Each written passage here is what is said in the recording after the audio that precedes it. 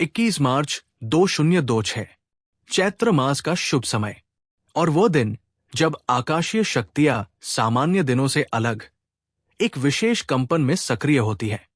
बहुत लोग इस दिन को बस एक साधारण तिथि समझकर निकल जाते हैं, लेकिन जो जान लेते हैं इस दिन का छिपा हुआ रहस्य, उनके जीवन में कुछ ऐसा घटता है जिसे वे वर्षों तक भूल नहीं पाते। कहते हैं, जब भगवान शिव की ऊर्जा और समय का सूक्ष्म संतुलन बनता है, तब साधारण व्यक्ति भी असाधारण परिणाम पा सकता है।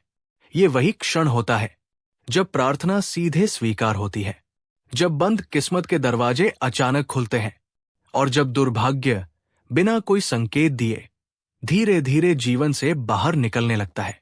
गुरुजी का हमेशा एक ही संकेत रहता है, उपाय करने से पहले उसकी तैयारी को समझो, क्योंकि तैयारी ही सफलता की आधी सीढ़ी होती है।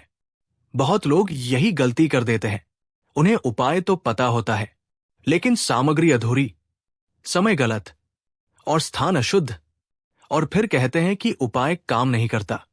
याद रखिए, ये उपाय नहीं, ये एक ऊर्जा का विज्ञान है। आवश्यक सामग्री, हर वस्तु का अपना एक रहस्य है। इस उपाय में उपयोग होने वाली हर सामग्री केवल वस्तु नहीं है, ये एक विशेष ऊर्जा को आकर्षित करने का माध्यम है। शुद्ध जल, गंगा जल हो तो सर्वोत्तम। विशेष रूप से यदि आप गंगा नदी का जल ला सकें, तो इसका प्रभाव कई गुना बढ़ जाता है।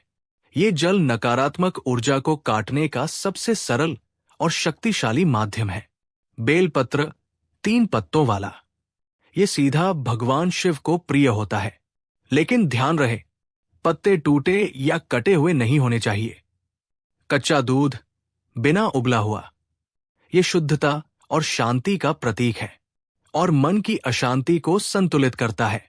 शहद, शुद्ध और बिना मिलावट वाला, जीवन में मिठास और आकर्षण बढ़ाने के लिए आवश्यक है। सफेद चंदन या चंदन पाउडर, ये मन को स्थिर करता है और ध्यान की शक्ति को बढ़ाता है।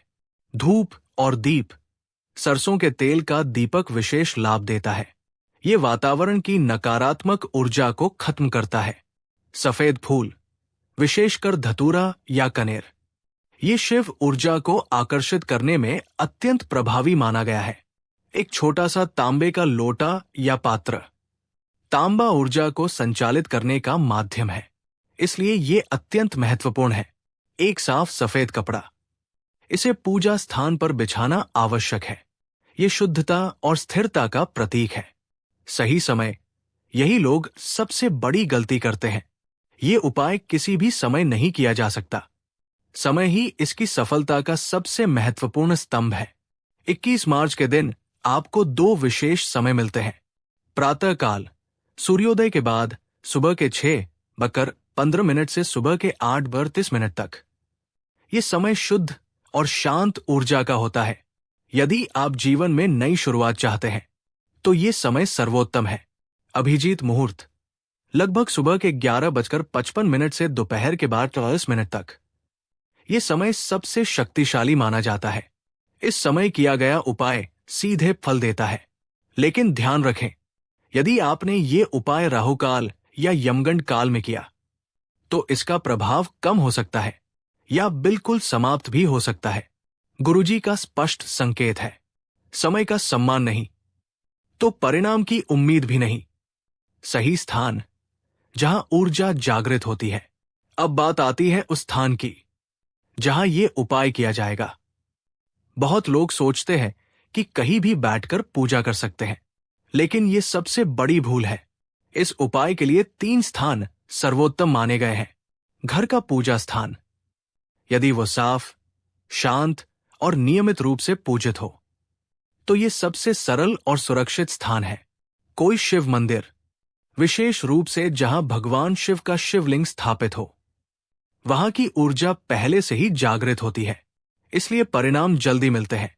गंगा तट या पवित्र जल के पास, यदि आप गंगा घाट जैसे स्थान पर ये उपाय करते हैं, तो इसका प्रभाव कई गुना बढ़ जाता है, क्योंकि वहां की ऊर्जा अत्यंत शुद्ध और शक्तिशाली होती है।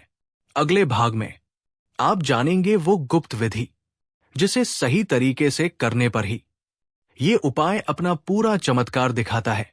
गुरुजी का एक गहरा संकेत हमेशा याद रखें। उपाय का असर हाथों से नहीं, भाव और विधि से आता है। इसलिए अब जो आप पढ़ने जा रहे हैं उसे केवल पढ़े नहीं, महसूस करें, समझे और उसी क्रम में करें। पहला चरण, शुद्धि और तैयारी। सबसे पहले जिस स्थान पर आप ये उपाय करने जा रहे हैं उसे पूरी तरह साफ करें। फिर एक साफ सफेद कपड़ा बिछाएं और उसके ऊपर अपनी सारी सामग्री व्यवस्थित रखें।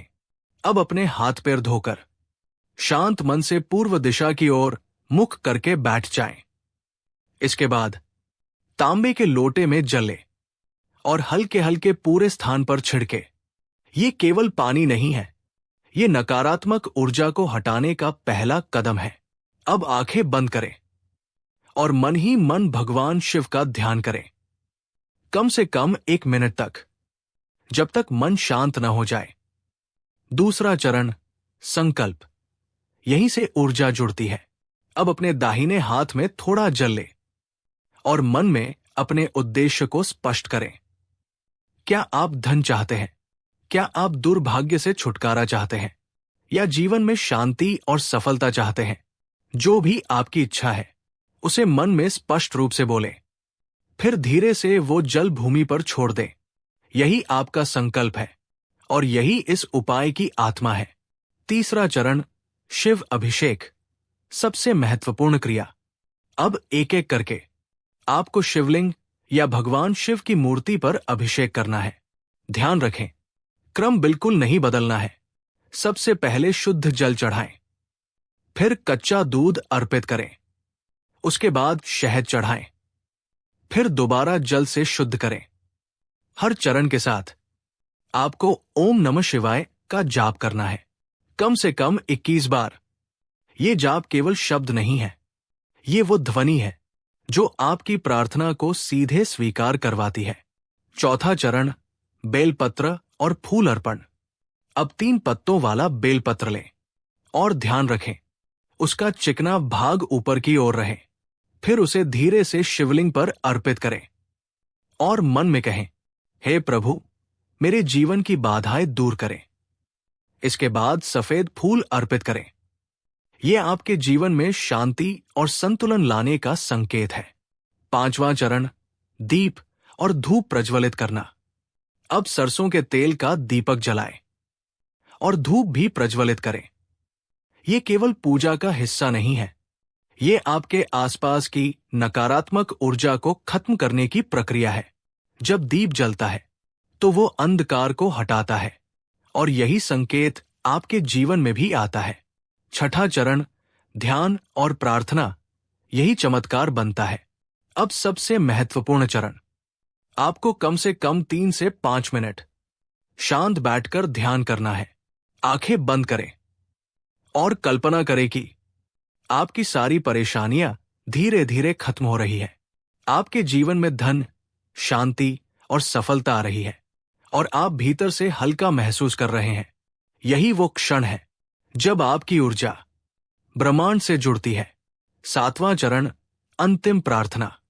अब हाथ जोड़कर पूरी श्रद्धा से प्रार्थना करें, हे भगवान शिव, जो भी मैंने सच्चे मन से किया है उसका फल मुझे और मेरे परिवार को प्राप्त हो। उपाय शुरू करने से पहले मन में संकल्प अवश्य लें। बिना संकल्प किया गया उपाय दिशा खो देता है और फल अधूरा रह जाता है। शिवलिंग या शिवचित्र के सामने पीठ करके कभी न बैठें। ऐसा करने से साधना की ऊर्जा विपरीत दिशा में चली जाती है। अभिषेक करते समय जल या पंचामृत कभी भी सीधे जमीन पर न गिरने दें। नीचे एक पात्र या थाली अवश्य रखें। उपाय के दिन घर में मांस, मदिरा, लहसुन या प्याज का सेवन न हो। यह शिव तत्व की शुद्धता को भंग करता है।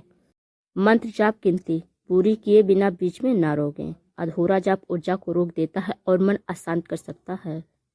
शिवलिंग पर चढ़ाया गया जल या पंचामृत कभी भी पैरों से न छुएं, इसे अपवित्र माना गया है। उपाय के दौरान दीपक अगर अपने आप बुझ जाए, इस उपाय को लगातार अलग अलग समय पर ना करें। पूजा के बीच में किसी का प्रवेश या आवाज उपाय की गति तोड़ सकती है, इसलिए पहले से वातावरण सुरक्षित करें। उपाय पूरा होने के बाद उसी दिन किसी से इस साधना की चर्चा ना करें। मौन रखने से फल शीघ्र प्राप्त होता है। अंत में, अगर आपने इस उपाय को पूरा ध्यान, विश्वास और श्रद्धा से सुना है, अगर आपके मन में किसी का अहित नहीं है और अगर आप सच में जीवन में सकारात्मक परिवर्तन चाहते हैं, तो शिव की कृपा आपसे दूर नहीं। जिस घर में यह उपाय सच्चे मन से किया जाता है, वहाँ दरिद्रता ठहर नहीं पाती, नकारात्मकता रास्ता भूल जाती है और धन, शांति व सम्मान अपने आप आने लगते हैं। गुरुजी कहते हैं, शिव भाव देखते हैं, शब्द नहीं। उपाय के बाद जो भी सामग्री शेष रह जाए, उसे अपमान या लापरवाही से ना हटाएं, क्योंकि उस पर साधना की ऊर्जा रहती है। किसी भी शेष वस्तु को गंदे स्थान, नाली या कूड़े में सीधे ना डालें, यह सबसे बड़ी भूल मानी जाती है। जो भी सामग्री बचा हो, उसे किसी बहते जल में प्रवाहित कर दें, ताकि ऊर्जा सम्मानपूर्वक विसर्जित हो। उपाय के बाद कुछ समय तक घर में शांति बनाए रखें। तुरंत शोर शराबा ना करें। सबसे जरूरी बात, उपाय जितनी श्रद्धा से किया गया हो, उतनी ही श्रद्धा से उसका समापन भी होना चाहिए। भोलेनाथ से यही प्रार्थना है कि आपके जीवन के बंद द्वार खुले, आपकी मेहनत सफल हो और जो भी संकट है वह धीरे धीरे आपसे दूर होता जाए। अगर यह वीडियो आपके मन तक पहुंचा है तो समझ लीजिए यह संयोग नहीं, यह आशीर्वाद का संकेत है। और अगर आप चाहते हैं कि यह आशीर्वाद आपके जीवन में स्थिर हो जाए, यह कृपा आपकी तरफ बनी रहे, तो कमेंट में सिर्फ ओम नमः शिवाय लिख दीजिए। लिखते समय मन में कोई एक इच्छा जरूर रखिए। याद रखिए, जो इस आशीर्वाद को स्वीकार करता है उसकी राह खुद शिव संभाल लेते हैं।